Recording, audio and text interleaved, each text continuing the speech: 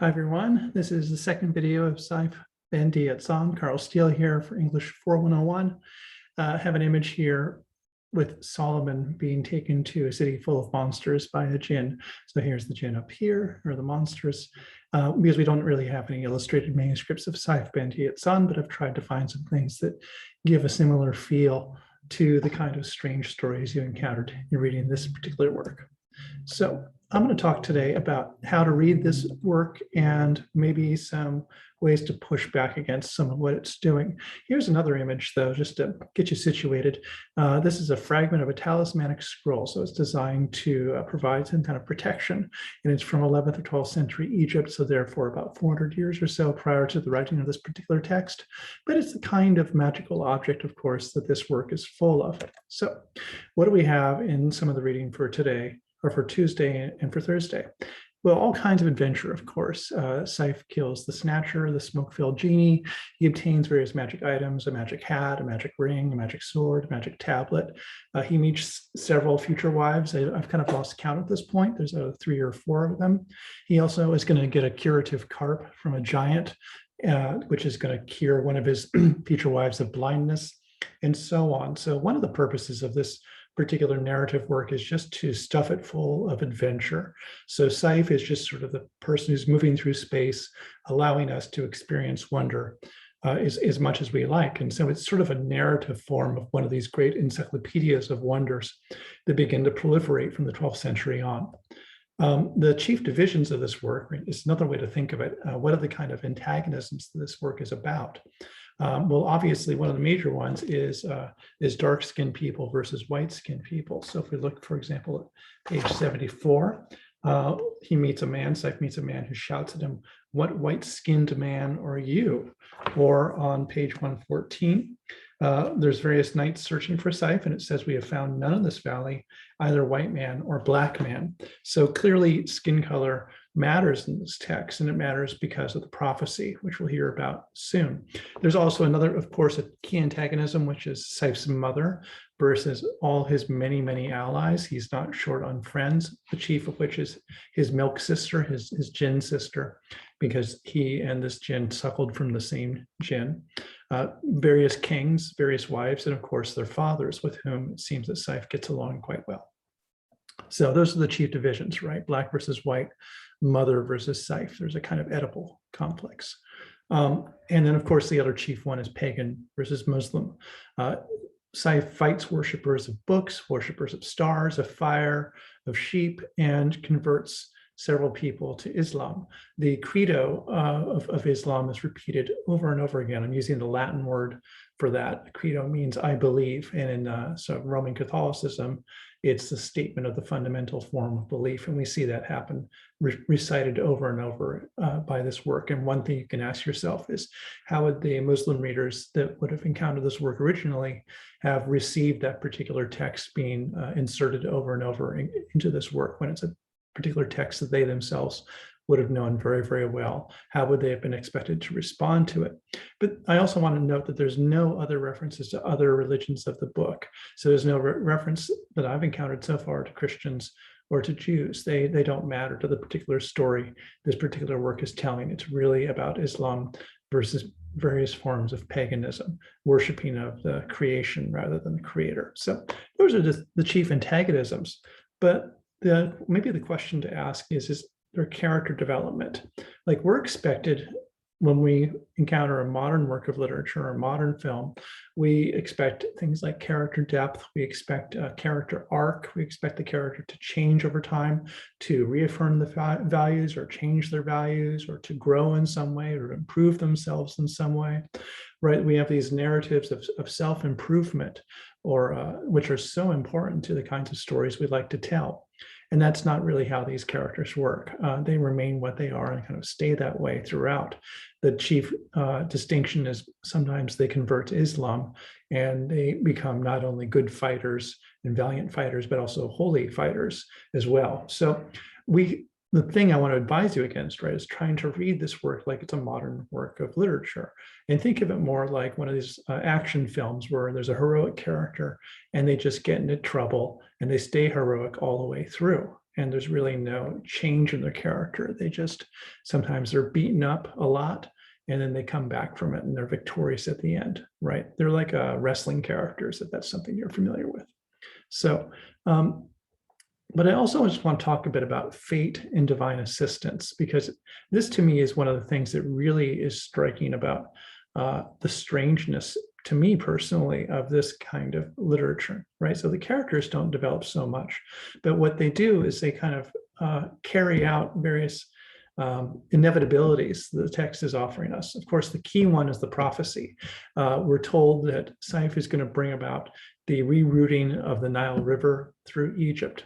And of course, we readers in the 16th and 17th century in Egypt know that this happened because, of course, the Nile flows through Egypt. So that itself demonstrates that prophecy happened. We also have, if you're familiar with the phrase Deus ex machina, it's the idea that at the end of a particular narrative work, there's just some wild divine solution to it, a seemingly insoluble problem, God in the box. Basically, it comes from Greek theater of lowering a God in a box from above the stage down below, and the God just says, okay, I'm going to solve everything. In this case, it's more like Deus ex Deo, because he prays and then things always work out in his favor. Whenever a character turns to God and prays to God, almost inevitably, things are going to be fine. You can see a great example of that on page 101, when Sayf has been nearly murdered by his mother again, and he's bleeding to death from terrible wounds underneath a tree. And he just prays and prays and prays.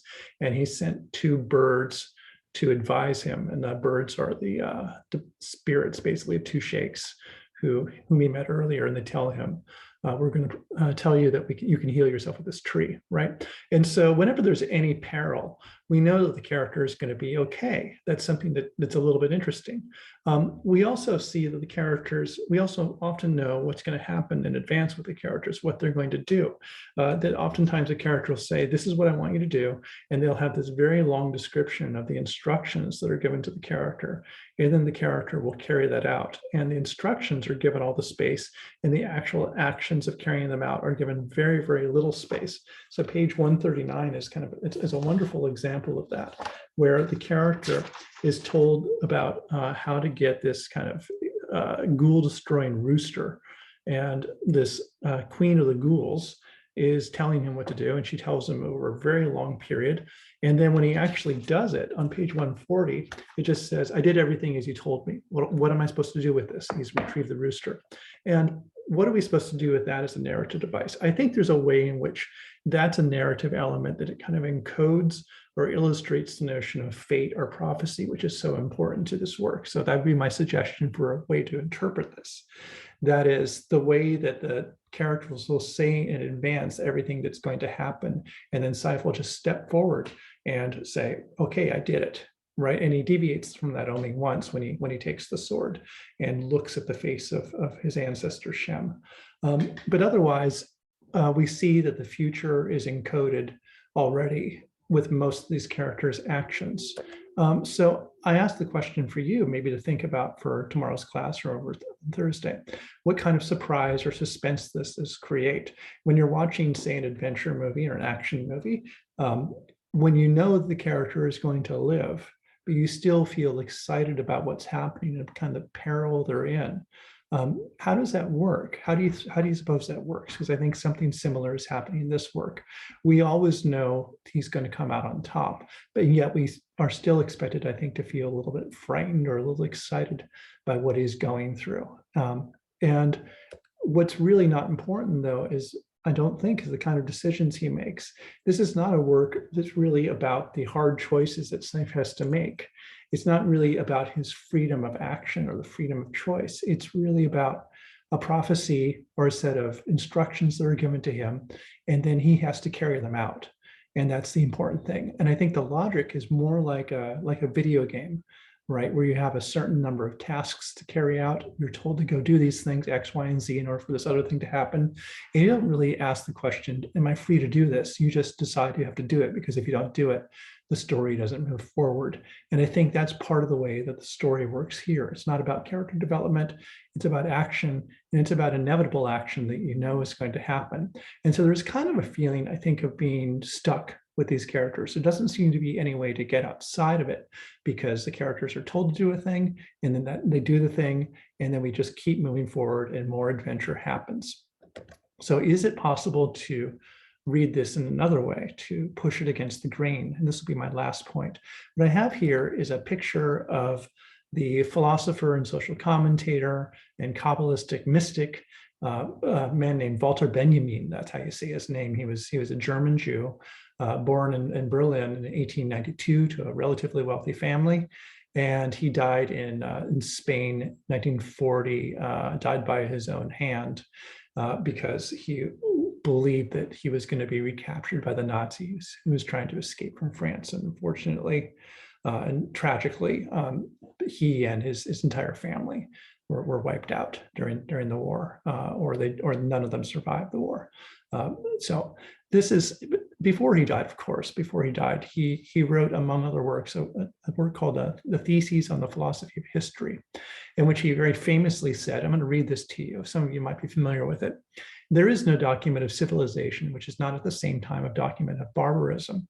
That is, every single document of civilization is also a record of the kind of exploitation and the cruelty that are behind it, that enabled those sorts of beautiful objects to be produced. There's no beautiful object being produced without a massive group of people being exploited. And is it possible to put our attention on those people instead of on the beautiful object? So he says, and just as such a document is not free of barbarism, barbarism taints also the manner in which it was transmitted from one owner to another. That particular ownership is also tainted by the kind of cruelties of private property and the exclusions involving that. So as he argues, a historical materialist, that is a Marxist philosopher like Walter Benjamin, therefore disassociates himself from it as far as possible. So you try to be disattached from it and try to think, is it possible to read this some other way, to try to find the other people in it, the people behind it that this particular object wants to conceal? He regards it as his task to brush history against the grain. And then I have the original German there, and the translation is good. So how do you read a work like Sayf ben Yazan against the grain? Well, I think one thing is to pay attention to whose lives and deaths matter in it. You will notice there are many, many references to slave girls. So there's a huge slave industry behind this, and it seems to be highly sexualized. Every king has enslaved girls in his court who are presumably kept there for sexual purposes and decoration. And we know very little about them and what it is they want. We see one of them refuse to convert to Islam and is strangled as a result because her white skin makes her kind of a convenient double for Sayf in one particular story. And that's a terrible thing to happen, but it offers up us paying attention to that, I think, offers us a way to read this work against the grain. We also see enemy soldiers cut down by the thousands. And again, like in any action movie, is it possible to tell this action story and also to take the lives of the people your hero is killing seriously? So that's something maybe to keep in mind. Is it possible to recuperate them? I think one way to kind of do this thing that Benjamin is asking us to do would be to concentrate on the story of the Ghoul Queen, Galuna. What a wonderful name. So she is the result of a very strange episode with her maternal ancestor, who is impregnated successively by a wolf, by smoke, by a man, by three fathers, two of whom are not human. And the ghouls, who are these flesh-eating monsters, result from that. And we have this kind of story of absolute difference. And Sayf destroys them with this exploding, basically, rooster, this kind of rooster grenade. And then Galuna is converted to Islam, and she loses her taste for raw meat. She's able to eat other things. And then she accompanies Sayf to the land of the giants, where he's going to rescue his first wife. And his first wife and Sayf are rescued by his Jinn sister. And Galuna is left behind, and she's torn to pieces by the giants. She's hacked to pieces. She dies. And so not only did all the ghouls die, but the queen of the ghouls, the one who converted to Islam, also dies. So there is, on the one hand, in this work, a story of assimilation, that although this is a story that really is intent on the difference between Black people and white people, on constructing that difference and making it significant narratively, it's also very interested in reuniting them. So when Sayf encounters the corpse of his ancestor Shem, who's his ancestor, so it's not Ham or Ham, who's the ancestor in this work of dark-skinned people. We're also told that Shem's father is Noah, that is, there's a common ancestor, and that Sayf, by marrying into the Ethiopian royal family, is going to reunite Black and white. And that's very important, this reunification theme in this work.